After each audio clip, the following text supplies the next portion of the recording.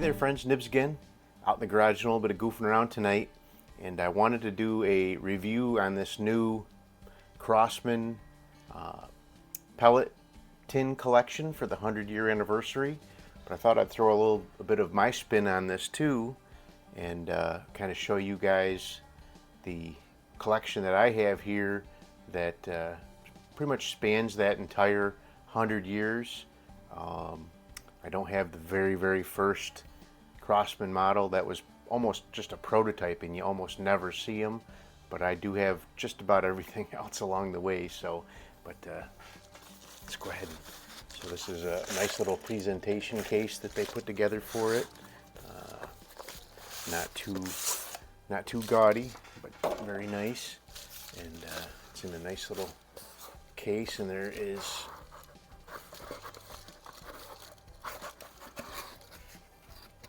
little booklet that tells us about each one of them. But we have 10 tins in here, each with a theme on it. Each theme covers a certain decade of the company's history, and so I'll go through with the booklet. And so the first tin covers the first 10 years, and this one's entitled 100 Years of Air Power. Covers 1923 to 33. It says Crosman rifle first made its mark alongside the heyday of Art Deco design, and as exemplified in New York City's iconic Empire State and Chrysler buildings. And so for the first about 25 years of the company's history, they only really made two specific models, and the first one is it's this one right here. So the very first one that really made a big splash was the model 102, which is a 22 or 101. Sorry, this is a 101, and this one was in 22 caliber.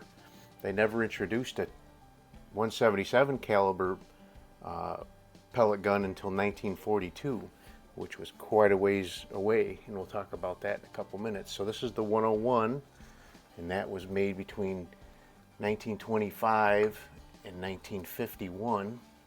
Very long production on that one. And then this one here, nope, not that one. Got too many up here, I guess. It's this one right here. Is my model 102, which is very similar to the 101, except for it has this magazine tube and a little feeder mechanism. So when you actually cock the bolt back, it has this little feeder mechanism that pops out and will grab a pellet and move it into place, and then the bolt probe will push that into place. Same way as before, you cock this knob back and then pump the handle. And again, this one was made between 1926. This came a year after the 101, and this is a 22 version. These 1926 to 1951. So kept them in production for quite a while and went. All right, so the next tin is one of my favorites because it actually, and this one represents 1933 to 1943. It says, in the 30s, Crosman kept chins up during the Great Depression, making air guns suitable for hunting. Unlike the competition, these weren't kids' toys, but they were still fun. So they had a picture of the model 101 on there, and I think it's a great representation, because really the 101, 102 are the only guns that they made during that decade.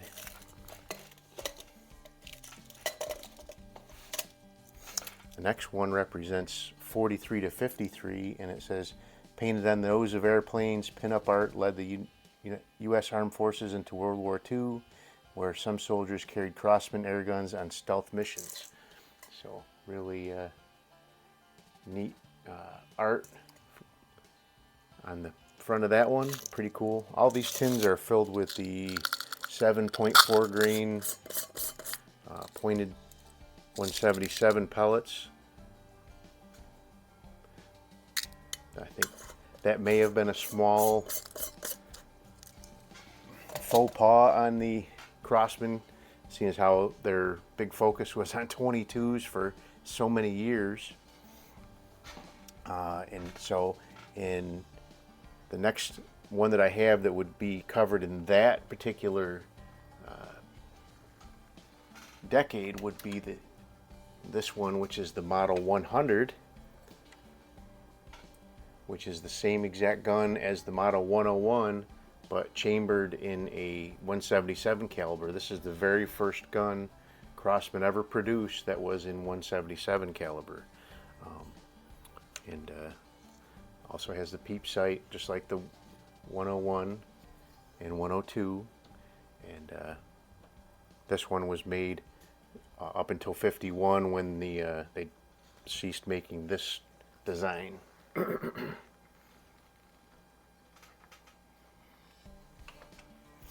So the next tin, well, so there is a couple other ones, well, at least one other one I want to show you in this same decade, and this one would be the only one I have right now that covers this. There's a group of these that they called the Town and Countries.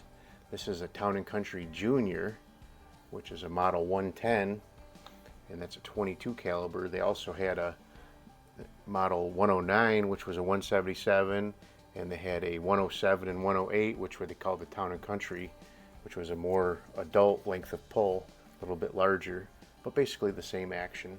But they started getting really fancy with their wood and making all the Town and Countries had this real nice curly maple type of look to them.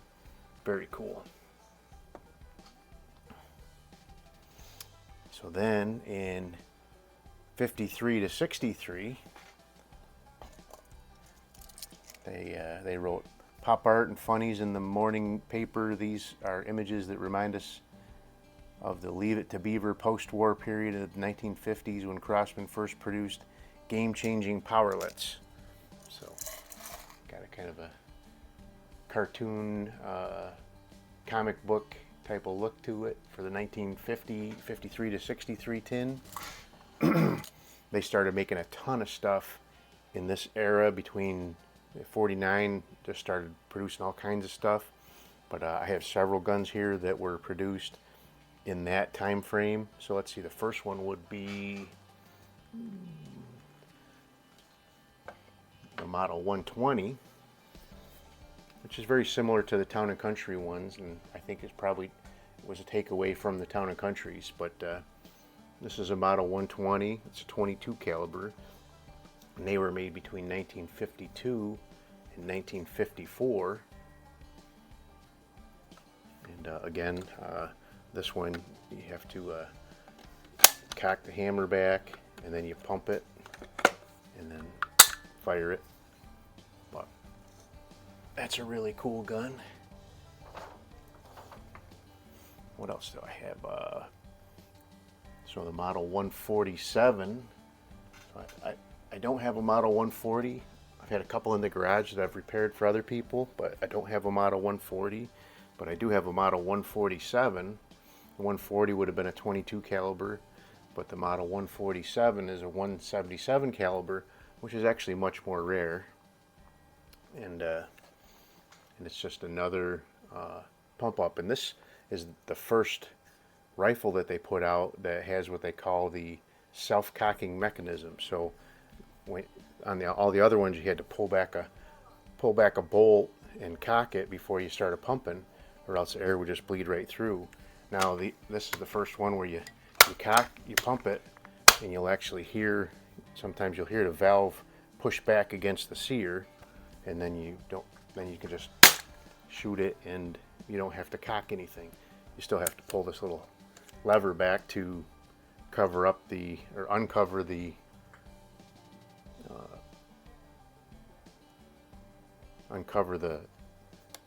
chamber so you can put a pellet in there. But again, this one's a 177 version, and they also made the 140 and 22 version. So that covers the 50s into the early 60s. What else do I have? I think that covers that. So the next one is 63 to 73. And this one's kind of a psychedelic look to it. Let's see what they wrote. Are you experienced? The psychedelic 1960s balanced the bravery of soldiers heading overseas with peace and love, air-powered awesomeness. So there's a ton of stuff that came out in the 60s and 70s. I do have quite a bit of different stuff. So I have a whole bunch of other pistols and CO2 guns, but I really wanted to focus on just the pump-up guns because they are, you know, what really started the company, and it's kind of one of my direct passions as far as air guns goes. And one of the main ones that you'll see in a lot of collections and is the they call this the Tootsie Roll hand grip here, because the obvious looked like the Tootsie Roll hand grip. But this is one of the first versions that came out of the 760. And you cock your bolt back, put your pellet in there, and close the thing. And this was also a self-cocker, so when you pumped it, it would set that hammer against the sear, and then you'd be able to shoot it. So they only made the stock version for wood stocked version for a couple years, and you'll know these by the brass bolt as well. We're still in the early 70s, but they also had moved on to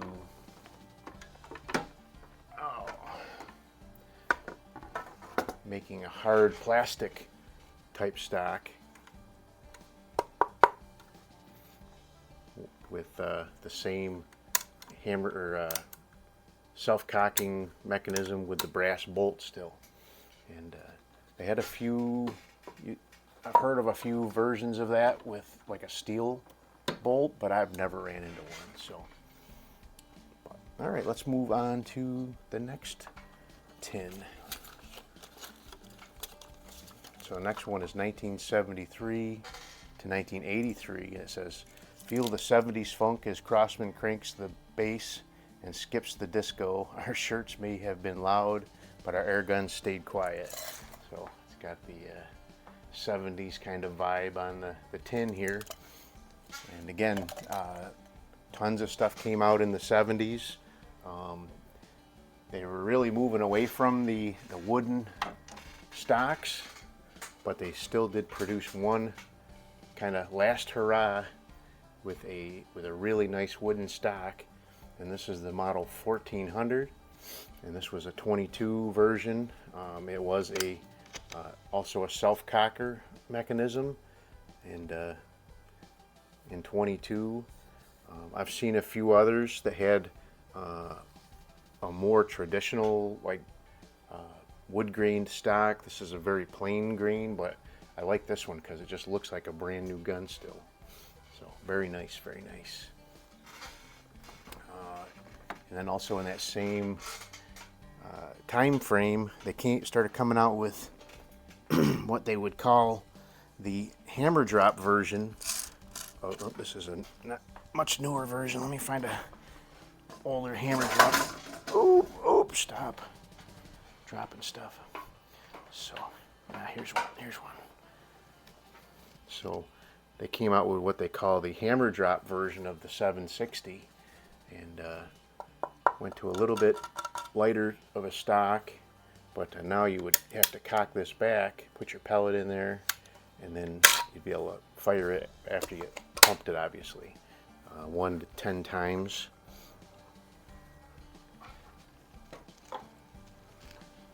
So another thing to note was the early hammer drop ones were still a metal receiver.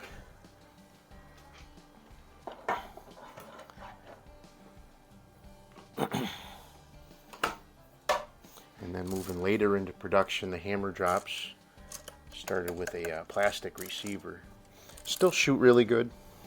And so I think this one is actually one of the only ones that I have of a 760 that has a rifle barrel. That was a very rare very limited production in the early 1980s. But we're not that far yet. Well, we are that far. That was 83. So now the next one is got the Space Shuttle Challenger on it. Says blast into the 1980s when air gunning made it into the Olympic competition. Crosman still aids these exceptional athletes with the Challenger, the go-to of champions, and really pretty cool. So this one covers 83 to 93, and I've got a lot of guns that cover in that genre. So the first one is going to be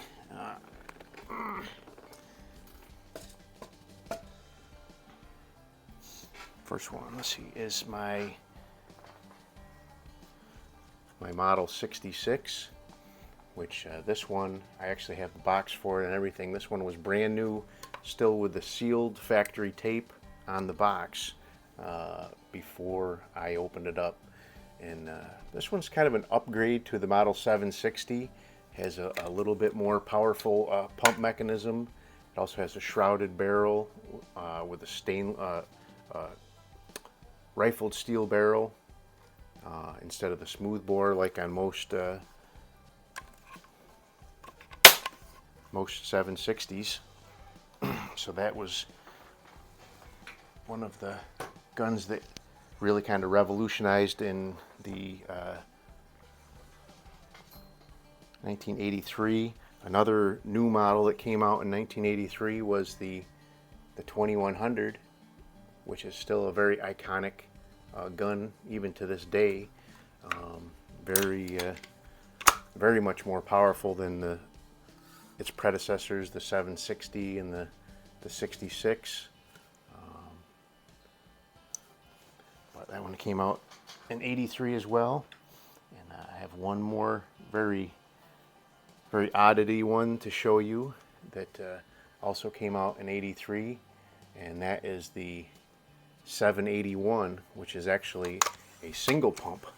So one pump, and you have to cock it, but then you're ready to go. But so that is one of the very odd ones from the collection that is still a pump up.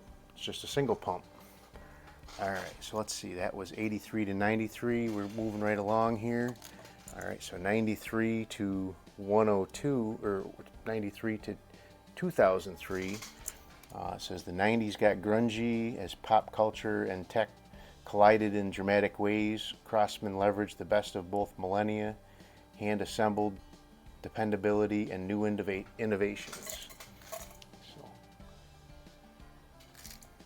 very cool logo there. Let's see what I had in from that time frame. So the model. Oh, I showed you the Model 66 too soon. The Model 66 actually was from that started in 2001. So I mistakenly said 83, but so the 66 came out in that time frame. And what else do I have here? So the first revision of the 760B, which is this guy right here. So it looks very much like a regular 760, but the main difference is these ones actually had a little magazine clip, so you could actually load several pellets and move it one at a time to increment to the next pellet, and then fire it.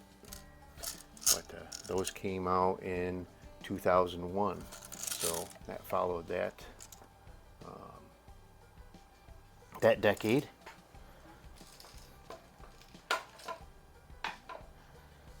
They came out with tons of other designs along the way as well, but let's get on to the next one. 2003 to 2013. Says here, this iconic street art poster style brought Shepard fairly to popular acclaim alongside guerrilla graffiti genius Banksy we were busy painting targets with pellets, but to each their own. And then, so let's see, in 2003 to 2013, I would have, first one would be my M4 177, very cool.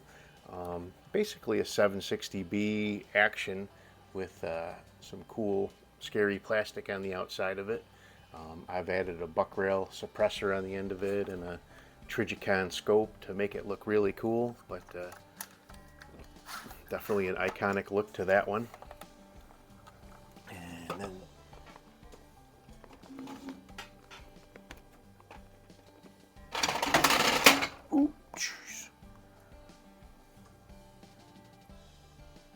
so that's pretty much it for into that decade. I got one more that covers the 2013 to 2023 decade, and so here is, it's actually got a QR code. If you scan that QR code, it takes you to their website, to the 100-year sales page. And it says here, how has it been a century already? It seems just yesterday Crosman helped the air gun grow up from kids' toys to grandpappy of air-powered awesomeness. Scan this QR code for even more. So, and the only, I know there's tons of other guns that fit into that decade, but the only one that I have currently in my collection is the, still pretty neat, still pretty cool, but I really like the older ones better. But the 760, they call this one a 760B as well, but it's basically a hammer drop and pump up just like the other ones. Crosman 760, 177 caliber, and that's pretty awesome. So I know this went a little bit longer than normal, but I hope it was a lot of fun for you guys, seeing all these great pellet tins for starters, and all these great old and new air guns from Crosman history. I thought it was pretty good to, you know, just review the pump-up guns that actually made the company famous. These are all pretty iconic. There's several more that I would like to add to the collection along the way, but I think I got a pretty good collection going anyway. But there you go. That is the Model 101. And let's see if I can get the tins in here without spilling them all over the place. So there you go. There are the 10 tins representing 10 decades, 100 years. Hope you guys liked the video. Till next time, have a great day.